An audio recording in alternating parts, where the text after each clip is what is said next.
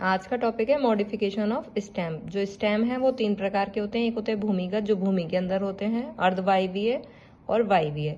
तो सबसे पहले रूपांतरण देखेंगे, भूमिगत रूपांतरण। इस प्रकार का रूपांतरण प्राय भोजन संचय तथा वृद्धि प्रजनन के लिए होता है। तो इसमें 4 प्रकार बताए गए हैं, यहाँ लिखे हुए हैं। पहला होता है कंद, जिसे ट्यूबर कहते हैं इंग्लिश में। भूमि के अंदर शाखाओं के सिरे फूलकर गोल हो जाते हैं। इनमें आंख पाई जाती है जो कक्षत कलिका होती है।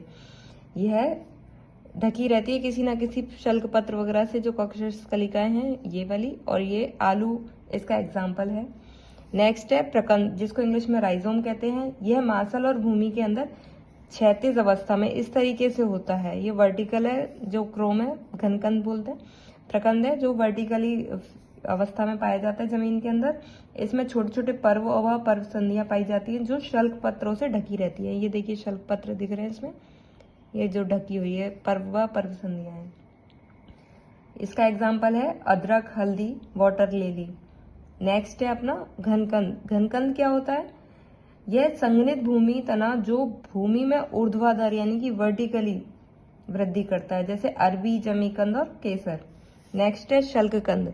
शल्ककंद क्या होता है? यह तना डिस्क के समान होता है। इसके चारों तरफ मांसल शल्क पत्र होते हैं और नीचे की ओर बहुत सारी जड़ें निकली रहती हैं, जैसे कि एग्जाम्पल प्याज। ये चित्र में समझ आ रहा है अपन को। नेक्स्ट अपन जो मॉडिफिकेशन पढ़ेंगे अर्धवायवीय तनों का पढ़ेंगे। जो अर्धवायवीय तने होते हैं वो विसर्पी तने होते हैं और इसके 4 प्रकार हैं। ऊपरी भूस्थारी, भूस्थारी, अंत्य भूस्थारी और भूस्थारिका। तो ऊपरी भूस्थारी जो होता है, ये तने पतले होते हैं, बहुत ज्यादा कमजोर होने की वजह से जब लंबे होते हैं तो लंबे होने के बाद ये भूमि की सतह पर ही गिर जाते हैं और पर्व संधियों पर से जड़ निकल आती है। जो जड़ निकली है, देखो ये तना है पूरा का पूरा, यहाँ से एक शाखा निकल गई, यहाँ इस पर्व संधि से जड़ निकल गई, फिर ये तना आगे बढ़ा, यहाँ से एक शाखा निकली और यहाँ से जड़ निकल गई। तो इस तरीके से इसका एग्जाम्पल है धूप घास। अगला है भूस्थारी या स्टोलन। अच्छा, इसे रनर कहते हैं ऊपरी भूस्थारी को। भूस्थारी को बोलते हैं स्टोलन। इसमें शाखाएं मुख्य तने के आधार से निकलकर एक चाप के रूप में आगे बढ़ती हैं। अंत में भूमि को जैसे ही टच करेंगी वहां से एक नया प्ररोह बना लेंगी, जैसे कि चमेली, फ्रेगेरिया और पेपरमेंट। ये देखिए, ये एक तना है। ये तना यहाँ थोड़ी देर तक तो ऊपर बढ़ा, लेकिन जैसे ही जमीन को टच किया वहां से एक नया प्लांट निकल आया और नीचे जड़ निकल आई। तो ये ज्यादातर चमेली वगैरह में देखने को मिलता है। अंत्यभूस्थारी, इसमें मुख्य तना जमीन के भीतर रहता है, परंतु शाखाएं पर्व संधियों से उत्पन्न होकर भूमि से बाहर निकल आती हैं, जैसे पुदीना, अनन्नास और गुलदाउदी। इसमें क्या होता है, जो ये प्लांट था कोई, उसकी जो तना है वो जमीन के अंदर अंदर बढ़ा, लेकिन जमीन के अंदर अंदर बढ़ने के बाद एक स्थान पे से ये बाहर निकल आया और नया प्लांट इसने बना लिया। उसके बाद है अपना भूस्थारिका। भूस्थारिका को ऑफसेट कहते हैं, इसे कहते हैं सकर। भूस्थारी को बोलते हैं स्टोरन। ऊपरी भूस्थारी को बोलते हैं रनर।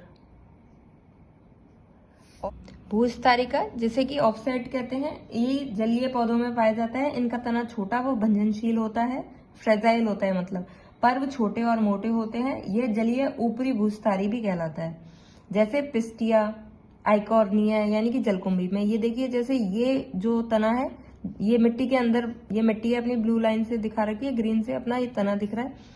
ये तना जमीन के अंदर उगता है और जहां पे ये ऊपर की तरफ निकल आता है वहां पर, जैसे कि ये वाला ऊपर से जा रहा था नीचे की तरफ, ऐसे ही ये जमीन के अंदर से ऊपर की तरफ निकलता है और ऊपर एक नया प्लांट बना लेता है।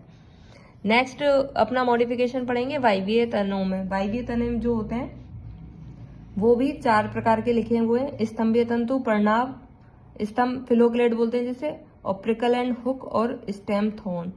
तो सबसे पहले है स्तंभीय तंतु। स्तंभीय तंतु, इसमें कक्षस्थ कलिका शाखा के स्थान पर प्रतान बना लेती है। मतलब जहां शाखा बनानी थी उसे वो वहां पे क्या बना लेगी, प्रतान बना लेगी। ये चढ़ने में मदद करते हैं। जो कमजोर तने होते हैं उनकी क्लाइंबिंग में मदद करते हैं, जैसे अंगूर, पैसीफ्लोरा, खीरा, कद्दू, तरबूज, इनमें पाया जाता है। इसको क्या बोलते हैं अपन, टेंड्रिल। टेंड्रिल कहते हैं इसे। अगला है फिलोक्लेड, पर्णाव स्तंभ। क्लेड।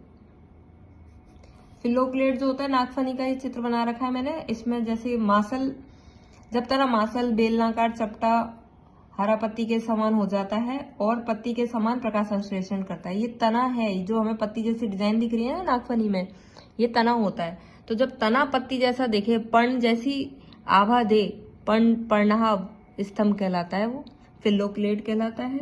ये प्रकाश संश्लेषण का भी काम करता है। और इसमें जो ये कांटे निकले रहते हैं, ये पत्तियां होती हैं। ये पत्तियां कांटों में रूपांतरित हो जाती हैं, जैसे कि नागफनी, यूफोर्बिया, कैजुराइना। ठीक है, एग्जाम्पल्स। उसके बाद है prickle and hook. Prickle and hook ये केवल एपिडर्मिस तथा कॉर्टेक्स के बनते हैं तथा पर्व व पर्व संधियों पे मिलते हैं।